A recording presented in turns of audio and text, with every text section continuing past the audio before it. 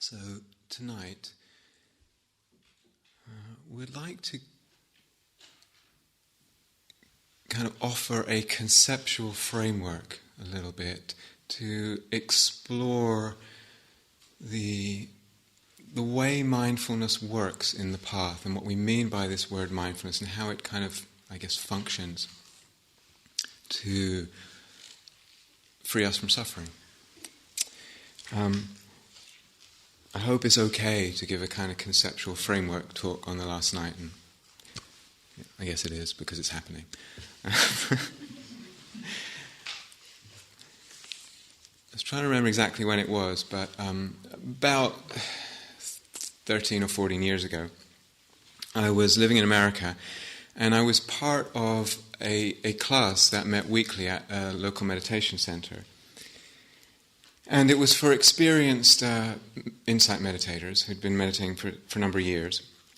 And one week, the teacher said, it was just a little thing, she said, okay, let's go around in a circle and everyone say in less than a sentence or a sentence or less what mindfulness means to you. And there must have been 30-something people in the class, all experienced meditators. And what was interesting was that there were 30 different answers, or however many people there were, different answers, experienced meditators, and some very beautiful answers about honouring the moment and accepting what is, and I can't remember, very, very beautiful. What's interesting, even more than that, is if one looks within Asian Buddhism, kind of within the sources themselves, you also find quite a huge range of what this word means and what it's taken to imply and its emphases, etc. Even within particular schools, that's the Theravada school, the sort of Southeast Asian, big range. Even within strands of that Theravadan tradition, like the Thai forest school, still a big range. So to me this is very interesting, these different interpretations of the word mindfulness and what it means and what it does. We say, okay, it's a wide and it's a rich word, and that's true. So we have to ask ourselves, am I narrowing it down? In my view, when I practice, am I narrowing down the meaning of the word mindfulness for myself? Or is there, within this breadth and richness of what it means, am I emphasizing one particular strand of that or one particular side of that? To be aware of this. Remember, the Buddha's promise is that this path leads to liberation, a really radical liberation. And so we have to check, is my understanding of mindfulness, is it conducive to the fullness of that possibility? So within the different spiritual traditions, Asian or Western now, one of the sort of equations that can be made, mindfulness equals this, or one of the emphases will be with bare attention. An equation or an emphasizing of the aspect, the approach of bare attention, the concept of bare attention as being what mindfulness is. And remember, we've talked a few times on the retreat so far about bare attention. It's this kind of endeavor to meet reality as it is, raw, naked, underneath the labels, beneath the veils of preconceptions, judgments, proliferation, etc. And meet the naked, basic reality of life, of the moment, of what is. It may not be that someone uses that phrase, bare attention, but they might use being with what is, or something like that, or staying at contact, staying at the contact point without proliferating from it, etc., without adding anything to contact. So that's one particular sort of strand that gets emphasized. Another is acceptance, mindfulness as acceptance, or emphasizing that particular aspect. Now it's true, it's very true, to a degree, that both bare attention and acceptance bring with them a letting go. They bring with them a letting go. They bring with them a simplicity. They lead to simplicity, to a kind of unentangling, to a calming, and to a clarity. That's true. Definitely, absolutely. Both those, whether they're mixed or one each, they bring that. But only to a degree. There's a limit here, and something more needs to get explored, and I hope I get to it. The notion of being with, the notion of simple presence with, can be, so to speak, very romantic for us. It can have a romantic appeal. I'm being with what is. I'm being with life. I'm being with everything. I'm simply present. It has a pull on the heartstrings. Unfortunately, beautiful as that is, things are not quite so simple, unfortunately. And that equation or that emphasis may hide or mask certain assumptions about the very nature of experience, the very nature of things and of reality. And those assumptions will block the path to a deeper liberation, will block the path, will kind of limit the degree of suffering that can be let go of. And it's interesting, in Pali, remember the suttas come from this Pali language, in about a shelf load of discourses of the Buddha, there's not one instance of him using the word bare attention. It doesn't. There's no word in Pali in the discourses for bare attention. And it turns out that if we really investigate, what is this thing that I'm feeling like is a bare attention? Well, it seems so simple, but when I look at it, I realize that the actual act of attention, it seems so simple. I'm listening, I'm seeing, whatever it is. It seems so simple. Actually, it's anything but bare. It's anything but bare. It's actually being shaped, attention is being shaped by views and by delusions. And these, when they're there, they increase suffering, or at least perpetuate suffering. So, attention is being coloured, shaped, distorted, you could say. That's not quite, that gives a different message. In terms of its what, its how, and its why. What we pay attention to is being coloured by views and delusions. How we pay attention to it, and why we pay attention to it. The what, the how, and the why are being shaped. A lot of it is underneath the radar. A lot of this is very, very subtle. That subtlety eventually is something that we need to explore, and I'm going to touch on it at the end of the talk, but it's not irrelevant. It's absolutely not irrelevant, and this is the case, and it's also not abstract. So rather than this word bare attention, the Buddha uses a phrase called yoniso manasikara. Yoniso manasikara, which is a mouthful. It has different translations. I'm going to come back to this concept. One is appropriate attention. So rather, when the attention is so-called appropriate, it becomes a factor in the awakening. So he talks about mindfulness, he talks about this yoniso manasikara as two separate things that feed each other. However, and this came up earlier in a group today,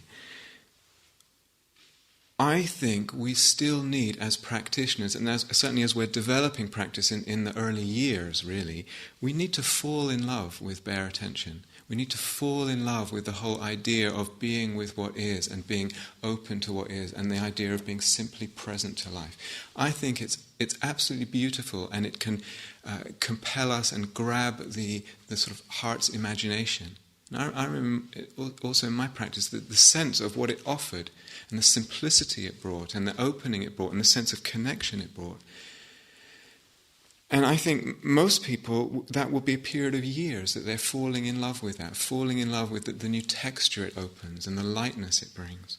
And I feel that's really, really important. But there are dangers here. And sometimes there's a danger, even in a week retreat like this, we say a lot and it can somehow sound as if it's almost too complicated. And in the end, I don't think that's happened this week, I hope, but in the end it just sounds like kind of just be with everything. And the person thinks, okay, I can get that. Sometimes this, what you might read or come across is something like, a moment of mindfulness is a moment of awakening. A moment of mindfulness is a moment of awakening. It sounds beautiful and it makes it sound, everything sounds very accessible and very simple. The Buddha never said that. He never said that. And again, it would be a mistake. It would be a mistake. One of my teachers said, if you say something like that, what you're doing is taking a factor on the path to awakening and deciding to call that awakening itself, which is like someone walking down a road, trying to get somewhere, and then deciding this is it, and lying down in the middle of the road. And then what happens? Aging, illness, death come along, and they basically run over them. So, the deeper reasons mindfulness is important, is really central as a factor, is not because it's putting us in touch with reality, so to speak. It's not because it's connecting us to life, although it is, and that's beautiful. It's not because it puts us in touch with the bare actuality of things. It's not that it enables us to live fully. Those are not actually the more important reasons why mindfulness is so central.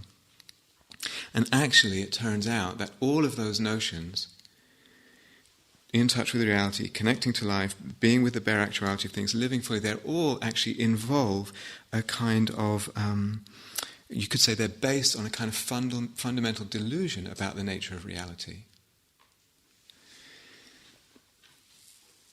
Rather, mindfulness is in the service of the whole of the path, and the path involves a lot of different factors. And so we talk about generosity, we talk about compassion and active compassion, actually doing. We talk about, Christina this morning, we're talking about reflection, the thinking mind. Many, many factors make up the path, and mindfulness is one of those factors. And it's in the service of a whole path that leads somewhere. It leads to understanding. And understanding means not intellectual, it means an understanding that brings awakening, it brings liberation. So it's important at a certain point to kind of not glorify mindfulness too much. And I'm speaking now again of the whole range of both now Western and Eastern traditions. Okay, and it might be even outside of the Buddhist tradition. It might give it a different name, presence or awareness or whatever it is. But it's actually important not to over-glorify it. So the Buddha talks about an eightfold path, and right view, right intention, right action, right livelihood, right speech, right effort, we talked about the other day, right mindfulness, right concentration. Eightfold path, other factors too. But sometimes he makes that eightfold path, he says, it spirals around on itself. Goes around so that all the factors begin feeding and empowering each other and sort of whirling up this energy that moves towards liberation. And then it, so to speak, evolves or bursts out into a tenfold path. And the two extra factors are right understanding and right release. In other words, you bring these elements, the eightfold elements, to a pitch where they're reinforcing each other, and it brings with it understanding. That understanding brings a very deep release of the whole consciousness. So that's quite different from saying something like really being with what is and being present so that I can... my action can be spontaneous, also the action will be spontaneous. It's something quite different is being pointed to there. What does understanding mean? We've touched on this at Christina last night, and also in the talk I gave on right effort, and John's touched on it too. Understanding is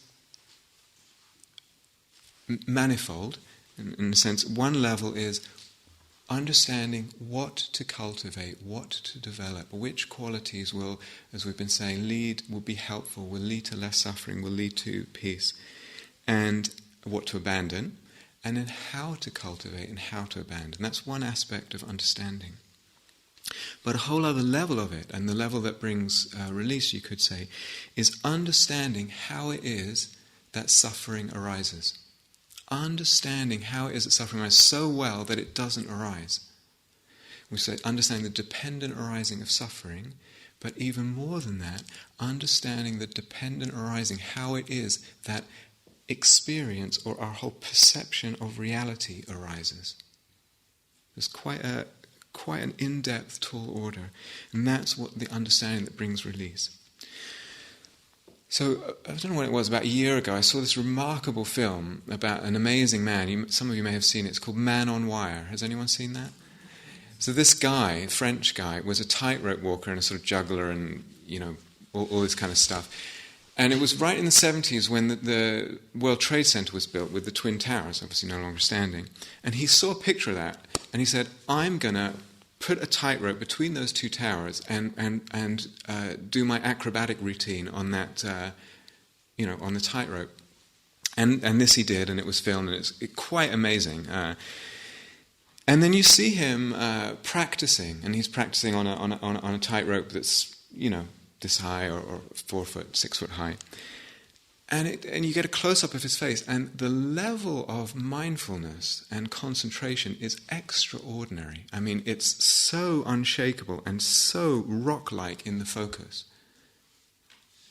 Is that moving towards liberation? No, absolutely not. Absolutely not. No question about it. And, you had interviews with him, and he was very, charismatic and everything, but he was obviously a long way from liberation. Actually, it was a little... Anyway. And so sometimes people say, dancing is my path, and I really get into the zone, or sport, I get into the zone when I'm jogging, or when I'm, playing football or frisbee or whatever it is. Again, in the zone, no thinking, completely present, no self, blah, blah, blah. Is it leading to liberation? No, it's not. Mindfulness has an agenda. It has an agenda. Mindfulness has an agenda. What's the agenda? The cultivation that we've been talking about, the agenda is to cultivate what's helpful and also to bring insight. And the insight brings liberation. When we talk about liberation, we can mean, very deep sort of classical stages of realization, a whole nature of reality changes. We can also talk about liberating this suffering that's happening right now. So in both those senses. Being mindful does bring with it kind of organically a certain, as I said before, a certain collectedness of mind, certain settling, a certain letting go to a degree of the complication and the entanglement, a certain energy, it brings lightness. All of these are conducive to well-being.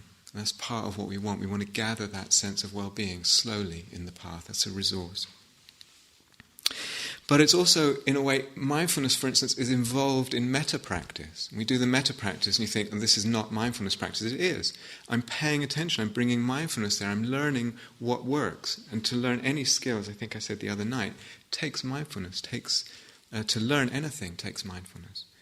So one aspect of the agenda of mindfulness is kind of developing our cultivation, learning how to cultivate. Interestingly, in this shelf load of discourses of the Buddha, there's a few different versions of the Satipatthana Sutta, or at least references to the 4 foundations of mindfulness, a better way of saying it.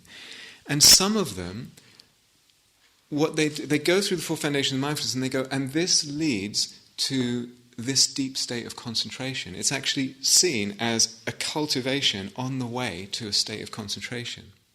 That's not the versions we usually hear, but that's there.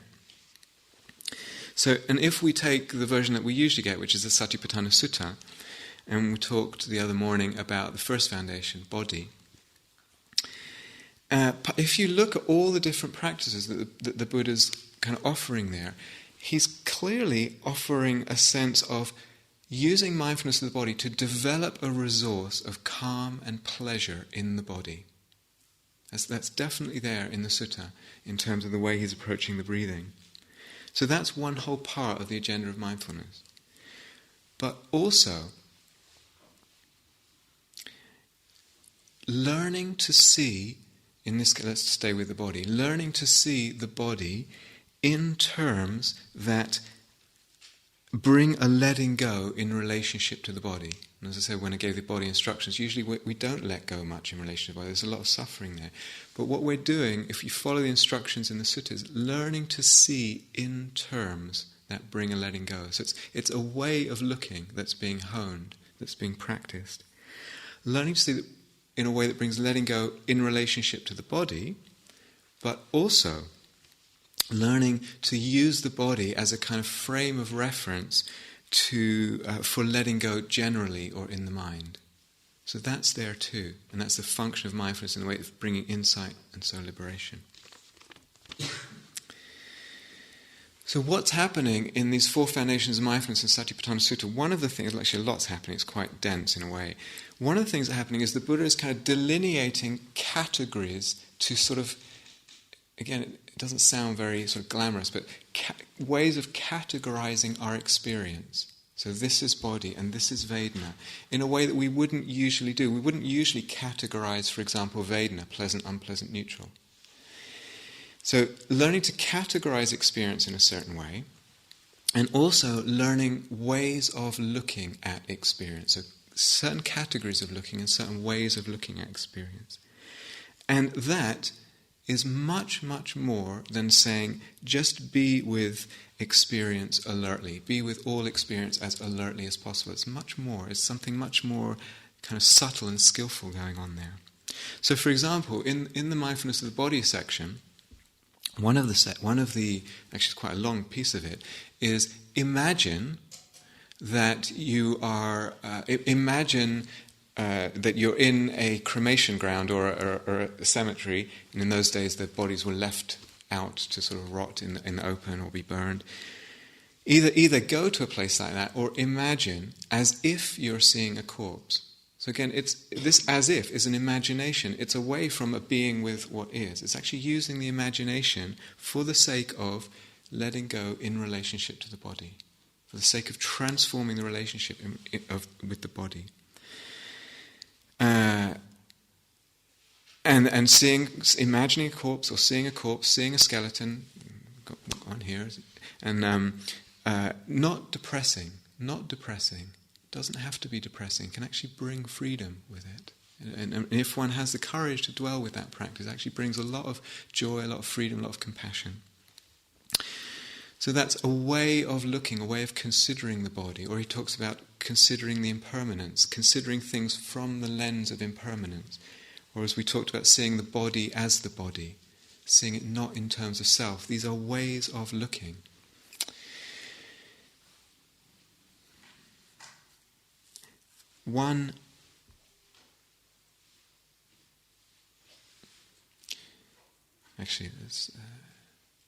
Just to paraphrase, so the agenda of mindfulness has cultivation and ways of looking at experience that bring freedom. Through looking in terms of certain categories that we otherwise wouldn't look in terms of, and certain ways of looking. The word sati, translated as mindfulness sati, is related to the word sarati. Sarati means remembering, to remember.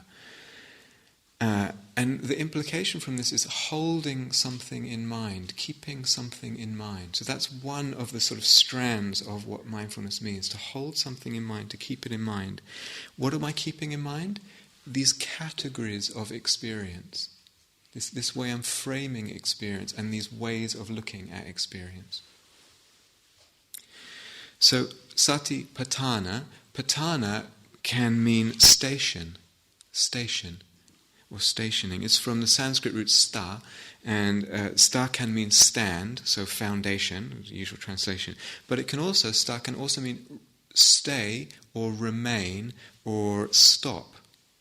Stay or remain or stop. And the implication is stationing one's mindfulness in one of these categories, in one of these ways of looking. Stationing and keeping it there. So for example, stationing it on Vedana and looking at Vedana in a certain way and just honing in on that and honing in on that and honing in on that. And the Buddha says when we do this, then the fever subsides. He says, a lovely phrase, the fever subsides. So, mindfulness has an agenda. Part of that agenda is bringing insight which brings liberation, meaning less suffering. Part of that is the way that the Eightfold Path, the mindfulness kind of spirals around, on all the factors spiral around, so that mindfulness, being the seventh factor of the Eightfold Path, then moves into the other factors, comes back round to the first factor, which is right view, and informs the view we have of things, So the agenda of mindfulness is wrapped up with view, with how we are seeing things. So quite an important, I feel, practice point. When we're mindful, when there's something difficult going on, and when we're mindful, I'm bringing awareness to it. It might be a sadness, it might be an anger, it might be a pain in the body, it might be anything. Something difficult, and I'm bringing the mindfulness to it. A part of the mindfulness actually needs to be monitoring, to kind of be noticing if the mindfulness is helping, if the being with is helping. So I'm not just with the object, I'm also noticing, is this helping? Is the way I'm being with helping? That's actually really, really important, and it's often overlooked. If, in my being with, the problem feels like it's getting more, the dukkha, the suffering, feels like it's increasing, then the way I'm with it is not helping. If it's just seeming to stay stuck, it's not helping. If, though, it seems like either the thing itself, the pain or the anger or the sadness, whatever, if it seems like it's getting a little bit less, or at least if it seems like, so to speak, the space around it is easing.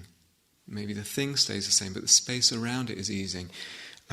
Or sometimes it just feels like it feels good to connect with it. Difficult as it is, it feels good to connect with it, this sadness, this grief, whatever it is. It feels good. Then you get a sense that it's helping and you're on the right track. Because sometimes people have the opposite notion of this whole practice, and it's almost as if the more suffering, the better, because it shows that you must be going really deep in terms of uncovering suffering. So if we're with something difficult and it's getting more intense, the sense of, I'm really getting somewhere now. And that's, again, in the different traditions and different streams of teaching, that's actually can be quite common. But to me, this really, really needs looking at, because again, it's hiding a lot of assumptions. It's like sometimes people say, we need to sit in the fire, you need to burn everything out, you need to sit in there and feel the heat of it and give yourself to the fire, sit in the center of the fire, sit in the center of the suffering. And it sounds good, and if you're up for it, it has this pull to it in the heart. But it's a bit like finding someone and they are on fire. And you ask them, what are you doing? So I need to sit in this fire, I need to sit right in the middle of it. Why? Because it's what's real and it's what's deeply real. And then you look at them and you see they're holding a little Bunsen burner or lighter underneath their bum.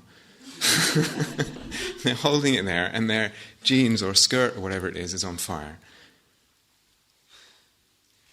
Is it real, or is there something in the way that I'm looking at it that's actually propagating this, prolonging this, perpetuating this, instigating this? So we have to ask, what's with the mindfulness? What's with the mindfulness when I'm looking? Because mindfulness is never pure. It's a weird thing. We would wish that there is such a thing as pure mindfulness. Actually, there isn't.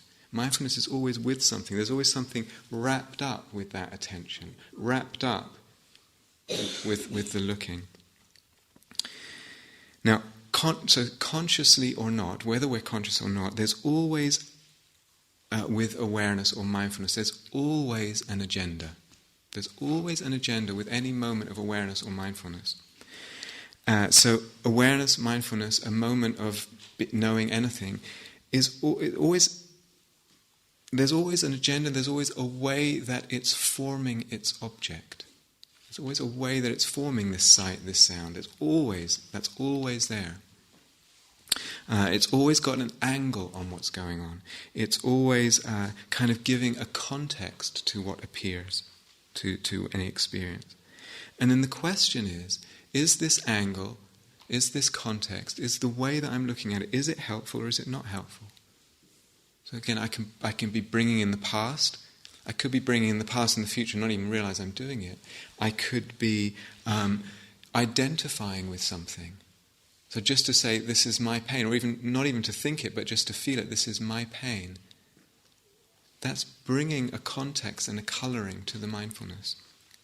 So a lot of this gets very subtle. Just to say, this moment is already a colouring and a context. We're always looking somehow. We're always looking somehow or other. And unfortunately, usually, we're not looking in a way that brings unentangling, brings unbinding, usually, or brings a decrease in suffering. Or even if we are, there is that. Maybe the way we're looking, and often the way we're looking, is bringing it only to a limited degree. Only to a limited degree. So, it's not that I'm able to be with something, that I'm mindful of something, that I'm aware, that I know that this or that is going on. It's not that I know what's going on, it's how. How is the mindfulness? And to me, one way of kind of summing up insight meditation is learning ways of looking that bring freedom. Learning ways of looking that bring freedom. To me, that's actually, in a way, it's oversimplification, but that's kind of what we're doing here. So I begin learning to look, for instance, contemplating impermanence in my looking, in the very attention itself, brings a letting go, if I can find a way of doing it. If I learn to look in terms of non-identification, not identifying with the body, with the emotions, with the thoughts, with the mind, with the awareness even, I practice doing that. There are ways of looking that bring freedom. So maybe to say mindfulness has an agenda, I don't know. Maybe for some people that doesn't sound so romantic. But the mindfulness is embedded in what we could say right view, which means it's embedded in the Four Noble Truths. Right?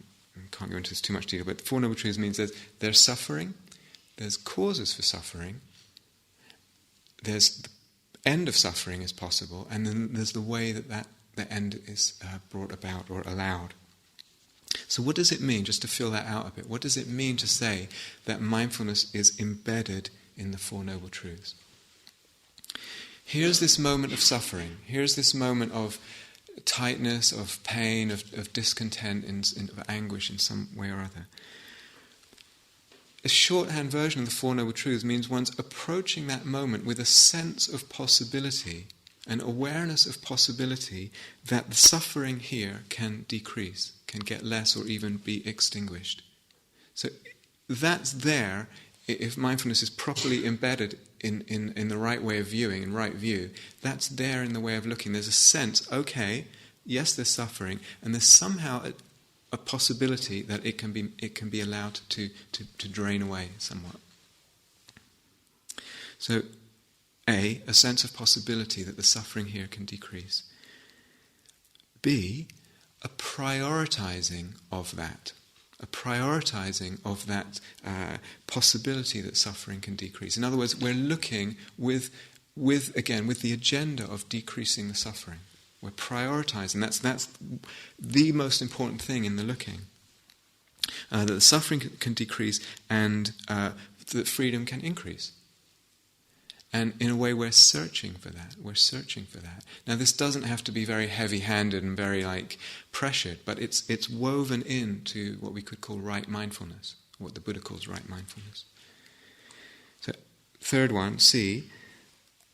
In that, the agenda, part of the agenda of mindfulness in this embedding in the Four Noble Truths, is the unhooking, the releasing of clinging. The releasing of clinging, because it's clinging that brings suffering. How? Well, it could be just an energetic sense of clinging to something, and one releases that. It could be that there's clinging in terms of thinking, belief, assumptions, views. It could be that there's clinging in terms of identification.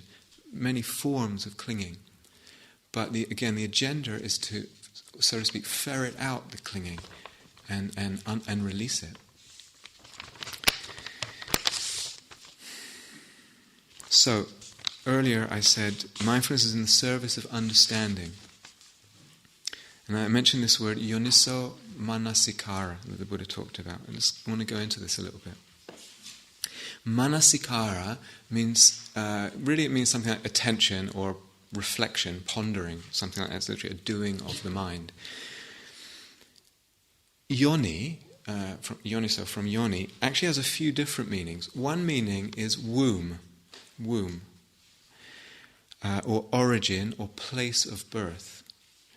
Another meaning is thoroughness. Another meaning is insight or knowledge. And another meaning is with a purpose. So it's actually quite a broad range of meanings there.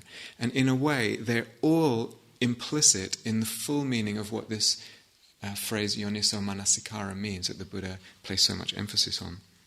So often you get different translations, and a few of the translations are appropriate attention, wise reflection, the proper approach, systematic attention, attention or reflection by way of source, or attention reflection by way of matrix, which sounds like a big mouthful. It really points to something that's very interesting. Of this, yoniso manasikara, the Buddha said, with regard to internal factors, I do not envisage any other single factor so helpful as appropriate attention, yoniso manasikara, attention by way of matrix or origin, for a practitioner who is a learner, who has not attained the goal but remains intent on the unexcelled security from bondage. Most important internal factor.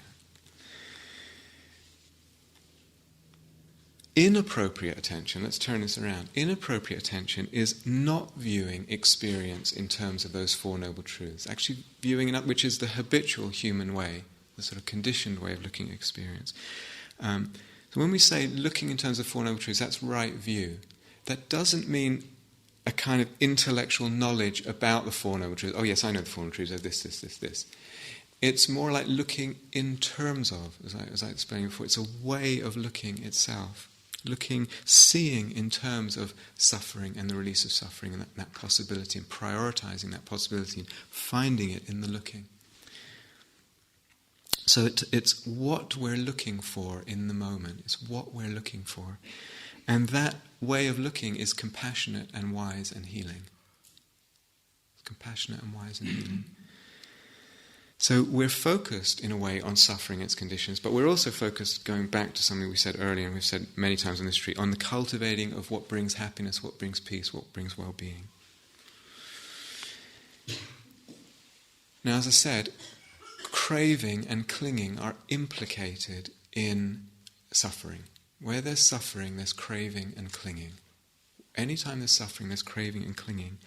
So the interest is to ferret out that craving and abandon it. That's the agenda of mindfulness. We're actually wanting to find, how is it that I'm craving? Where is it that I'm craving? In what form? In what manner? Find it, and is it possible? How might it be possible to release, abandon that craving?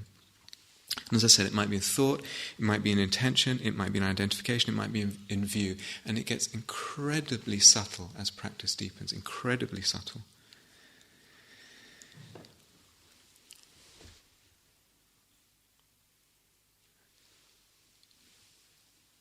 Let's jump a whole level now, okay? And jump a whole other level. It's not just suffering. I've just said this briefly before. It's not just suffering that this yoniso manasikara is looking into. Attention by way of matrix, by way of origin, by way of womb. It's not just suffering, it's the whole of experience, the whole of, we could say, perception. So, getting interested in suffering, what I find is a lot of it is being held in place. A lot of my suffering in life is being held in place by views, by ways of looking, by beliefs, by assumptions. A big portion of it is being held in place by that. And as I said, one learns to practice different views, different ways of looking. So impermanence or not self or disidentifying in the way of looking. And there are lenses through which we look at experience. One looks at experience, learns to look at experience this way.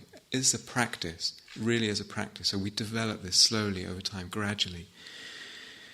And what that does is it drains the craving out of experience. When I look at my body, when I feel my body sensations, my Vedana, my emotions, my thoughts, through the lens of non-identification, I practice that, the craving automatically goes out. And the craving goes out and the suffering goes out. So I'm comprehending suffering, and through that understanding, that comprehension, I'm abandoning it. However, as I said, it goes even deeper than this, even to a whole other level in terms of experience. You could try to stay at contact. And say, there's a sight, and I'm aware there's proliferation or reactivity or this, or I could try and stay at contact. Sight, sound, body, whatever it is. Try and stay at contact. With as little as possible proliferation, as little as possible sort of being pulled by the reaction, say, to Vedana, unpleasant, pleasant, neutral, that Christina spoke about one morning.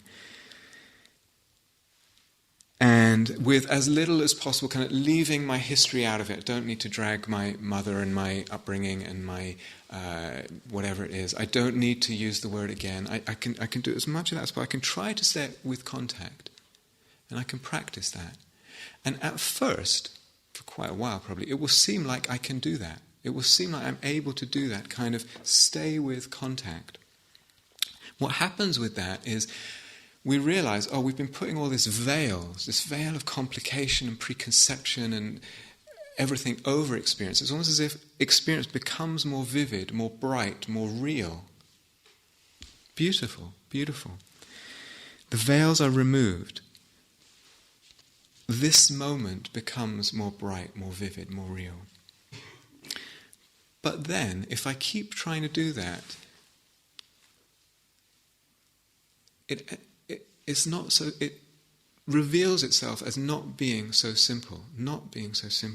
I will actually notice, if I'm pursuing this, if I'm trying to stay with what is, so to speak, trying to stay with contact, I will actually see that despite having felt like I could find it, I actually cannot find it. I cannot find it. I cannot find a basic contact with the world. I cannot find a basic what is, or a basic sound, or a basic sight. Seems like I can at first. If I go into it more deeply, I will not be able to find that. I will not be able to find a basic reality. I will not be able to find a moment. I look for the moment. Where is it? I can't find it. You cannot find the moment. You cannot find a basic reality.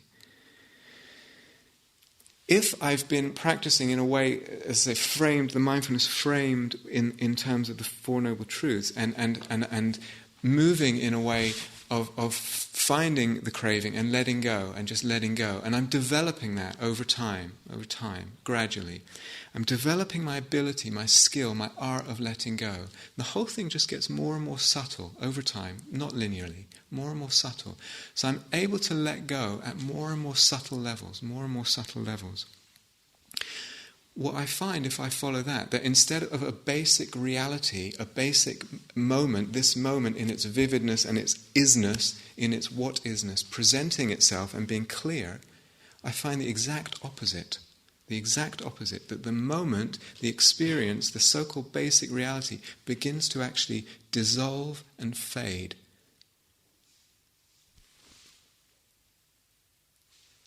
Now, it's not that we're trying to get rid of our experience or trying to stay in a state where nothing happens. It's not that at all. But because perception will always come back. To whatever degree it's faded, it's always going to come back.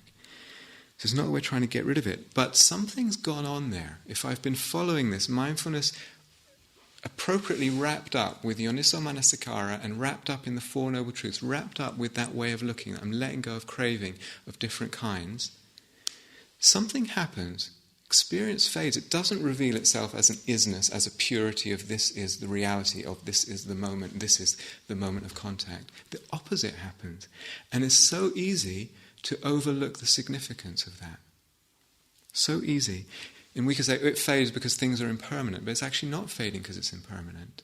It's fading for a deeper reason. So I heard the other day, I don't know if it's true, this person, I heard that Aristotle apparently defined intelligence as the ability to see connections. That sounds pretty good. Ability to see connections.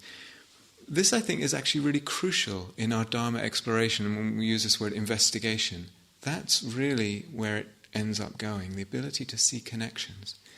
And that seeing, ability to see connections, is a skill, is an ability that we can develop. So if I make a change in something, in some element of my inner experience, in the way that I'm looking at something, and I keep noticing, when I make that change in the way I'm looking, this changes too. And every time I make this change in looking, this changes. Well, a conclusion's to be drawn there.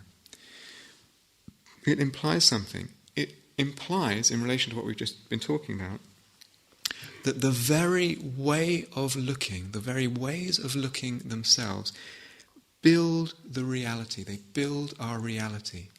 It's not just that they colour a reality that kind of exists independently. They actually build our reality. More than they shape it a little bit, more than they just colour it, they actually build it. As I said, some of this is extremely subtle when you get into the real sort of depth and subtlety of this. But it's a continuum of insight. It's the same question. I'm just following the same question of the Four Noble Truths, more and more subtle. Same, right from sort of, early practice all the way through. There's nothing different is happening in a way. So the Buddha said, perceptions are fabricated. Perceptions are fabricated. It's relatively easy to see that when you've just been through a big papancha storm and you've just made this whole big story about some scenario, and you've coloured the whole world a certain way, and everyone's, you've come into Gaia House and it's actually a cult full of zombies walking around slowly or whatever, and then afterwards you calm down a little bit more, and it's fine. You realise, I was colouring the perception a certain way. That's relatively easy to see.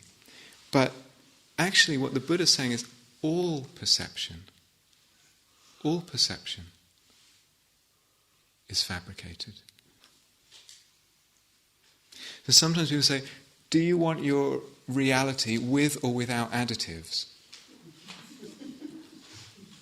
It's a nice thought, but again it goes back to this thing, it assumes that there's a way that the mind can know there is a reality without additives.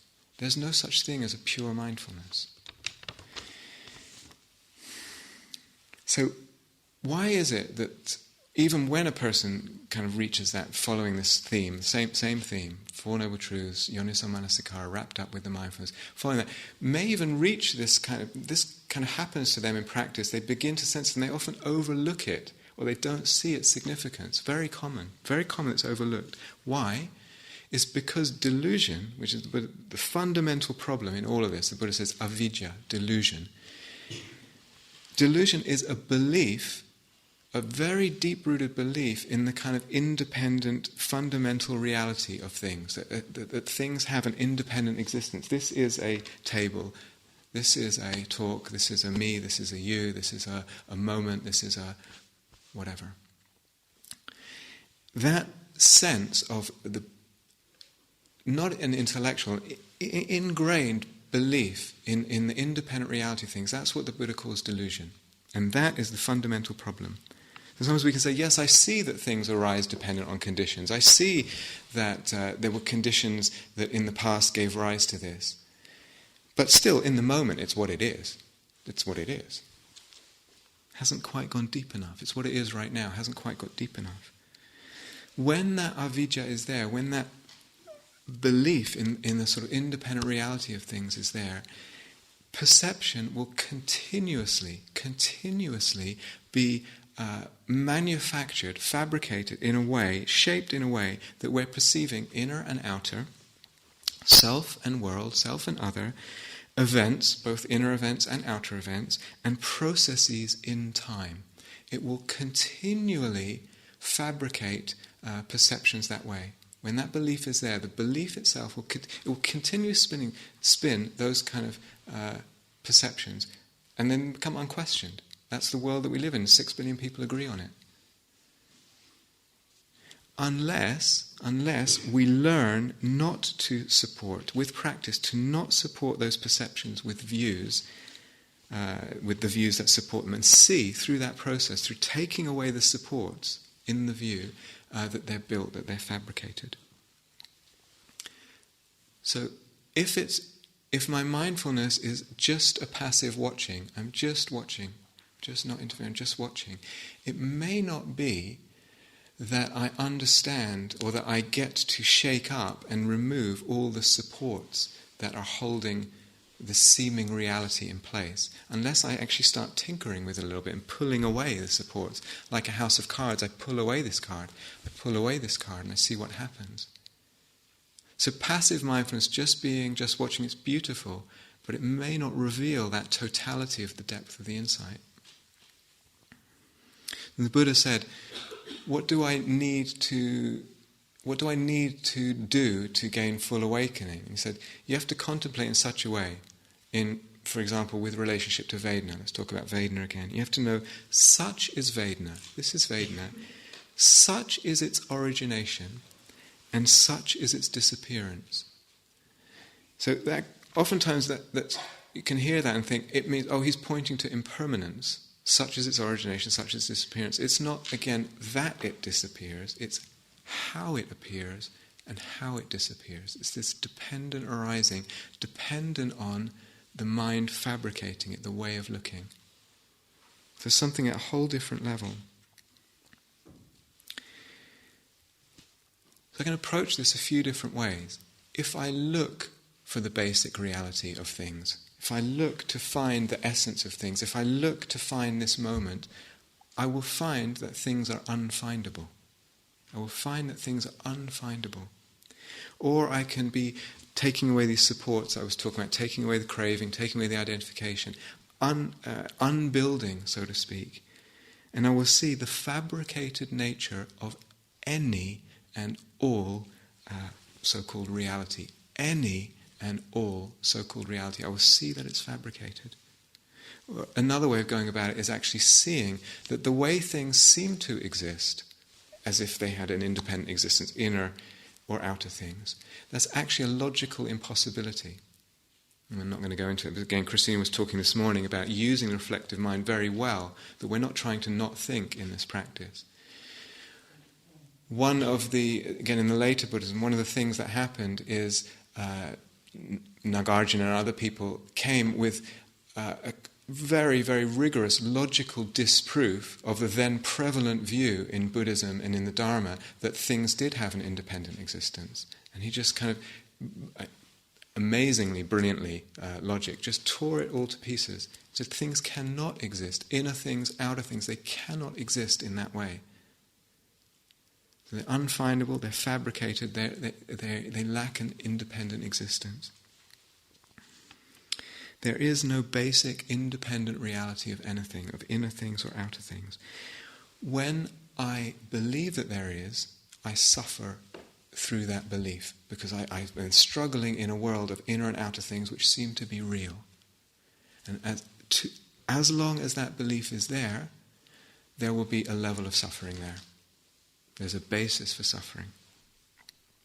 Now, hearing that, things are unfindable, things are fabricated, things are, in Dharma language, say empty, they're empty, or things, it's impossible for them to have an independent existence.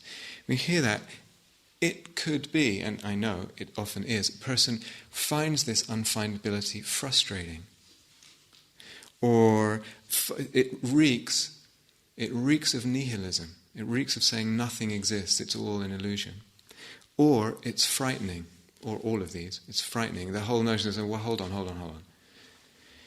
Or it's confusing, and we're left in a kind of perplexity. Or it's disappointing. One feels like, where does that leave everything? Or one's merely interested in it as a kind of philosophical abstraction. It may pass through those stages. It may be frightening at first, it may be frustrating at first, it may be confusing at first, it may feel a little bit nihilistic at first, it may be disappointing. But that's not the point of this, that's absolutely not the point of it. Absolutely not. And it's that none of those places are arrival points at all. And it might have to move through them to bring the deepest freedom that the Buddha was talking about. The deepest level of freedom and all the compassion and the beauty that flows out of that. The other day I was in Totnes, and got into a conversation with someone, just a brief conversation, and they asked what I did, and I said, I teach meditation, and da-da-da. And actually, they'd done an MBCT course, but now they were into this thing. I don't know if you've heard of it. It's I don't know what it's called. It's like you put these headphones on, and they send certain signals to the brain, and the mind ends up in a really quite calm state, etc. And she said, "Do you want to try it?" And it sounds nice and everything. It's not enough. It wouldn't be enough. Because it doesn't involve all this. There's no way that it would involve all this. Calmness, not enough. Catharsis, not enough. I might feel I'm just releasing all this old stuff. Not enough. Being with, not enough. Acceptance, bare attention, not enough. But we can talk about modes of working or modes of emphasis. So, for example, go back right to the beginning. Bare attention is extremely useful to a degree, extremely useful and very beautiful to a degree as a concept and as a sort of something we can use. But it's not the ultimate reality, and it masks actually the ultimate reality of things. It actually is more corroborating, you could say, with a sort of root and fundamental delusion. And that was the very thing that the Buddha wanted to overturn.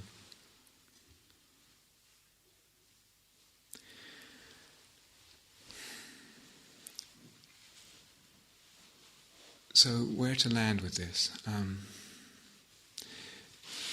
This came up in a group earlier today. If, I said this already, but I want to repeat it. If one feels like one is falling in love with the simplicity of bare attention, the simplicity of acceptance, and the beauty that brings, stay there. No need to hurry on. No, one needs to let that go deep and learn that and let it transform the being. But just that there's other aspects too to this, and it might be for some people also that it's actually time to sort of shake things up a bit.